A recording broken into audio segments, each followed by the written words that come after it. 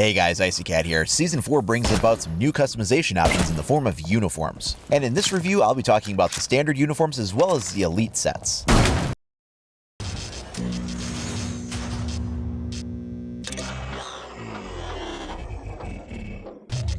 This season brings about the newest customization change for the operators, and that's uniforms. We got headgear back in Season 2, and now we get the rest of the clothing customization options. We have all of the SAS operators as well as Bope. Additionally, there's Ash, Twitch, and the new Japanese operators. There's a couple of uniform choices for each. On the low end of the spectrum, they come in at about 18,000 renown or 432 rainbow credits. Now these prices might differ a little bit. I have a season pass, so I get a 10% VIP discount in the shop. But the other tier is 648 rainbow credits and 27,000 renown to grind for those. By and large, the uniform choices are fairly realistic, and I really like that. For the SAS, we have a combination of either tan or woodland camo style. Ash, Capito, and Cavera all have options for both olive drab and kind of like a light blue. Twitch has a choice between an olive drab and kind of a khaki tan.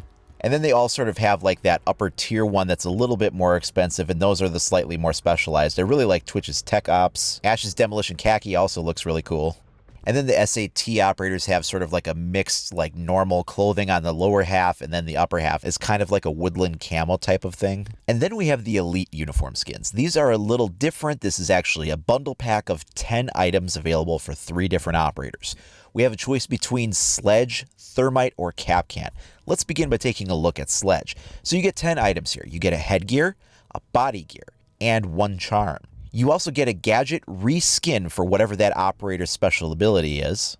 You get a custom operator card that's used in the loadout selection screen, as well as a custom menu image for when you're choosing your operator's loadout. Additionally, you get that operator's unique victory animation. This is an animation sequence that plays on the winner's gallery lineup. You only see it if you're the top MVP for that lineup, and then you get a reskin on all the weapons available for the operator. Now in the headgear and the uniform, you can't mix and match these. If you try to put a different headgear on this uniform, it will give you a warning saying that if you try to do that, it will just put you back to the default setup, so you can't mix and match. Likewise, you can't have that headgear with a different uniform. It won't allow it. Most of these items are specific to wearing the elite uniforms. So like with the gadget reskin, if you're wearing a different uniform, you will not see the reskin. You can only see the reskin if you're wearing the elite uniform. Same with the MVP animation and the menu things. The only departure from that is the weapon skins themselves. So let's talk about these things a little bit. So here's what they look like up close. They have a nice, what's called a blued finish with wooden furniture. This is a very realistic weapon skin, and this is available for both of his primaries as well as his secondary weapons loadout. The nice thing about these is that these are the only parts of the elite setup that you can convert to be able to be used with other operators. So for instance, Thatcher also shares the L85 with Sledge, and he can use this weapon skin on his gun. The shotguns and the sidearms are also something that you can apply to the other operators in the game. So all of those shared weapons, regardless of which operator has them, as long as they have the same weapon, can get the same skin. And this goes for the other elite uniforms too. So when you take a look at Thermite, his skin on the shotgun will also work for Pulse and Castle. And the sidearms, of course, work for everybody. When you take a look at Capcan, all of his gear translates directly over to Tachanka. So Tachanka can use all those weapon skins on his. But these weapon skins are the only things that will translate across to other operators. None of the other items will. Here's a close-up look of the reskinned gadgets. So we can see Sledge is swinging away at these walls with what is now a mace. This is simply a unique model and texture that's been applied to it. It doesn't function any differently, but I have to say it does feel a lot more fun, probably just because it's unique.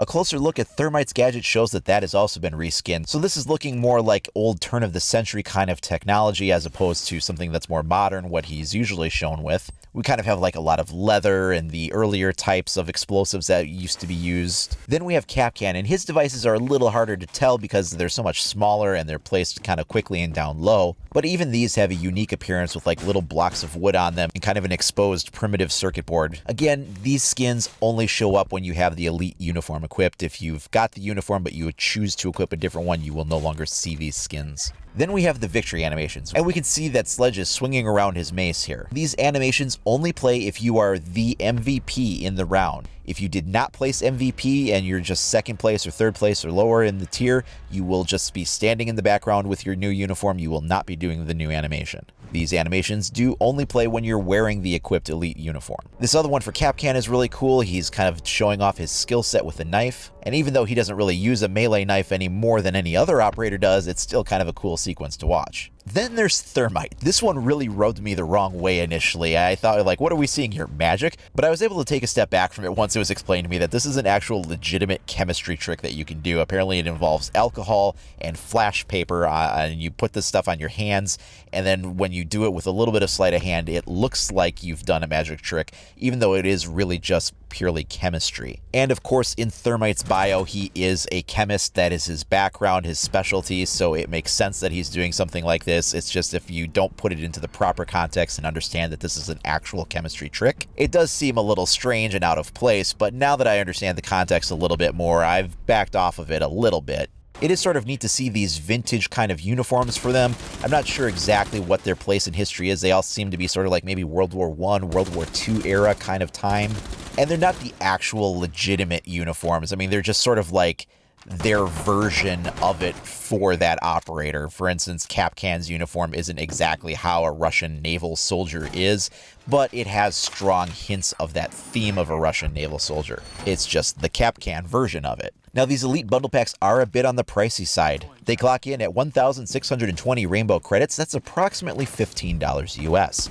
Now, when people hear that price, they kind of flip out a little bit. They're like, whoa, that is a crazy amount of money. But consider this. You're getting 10 items. Now consider the fact that we were asked last season to pay $7 for a single weapon skin, a headgear, and one charm.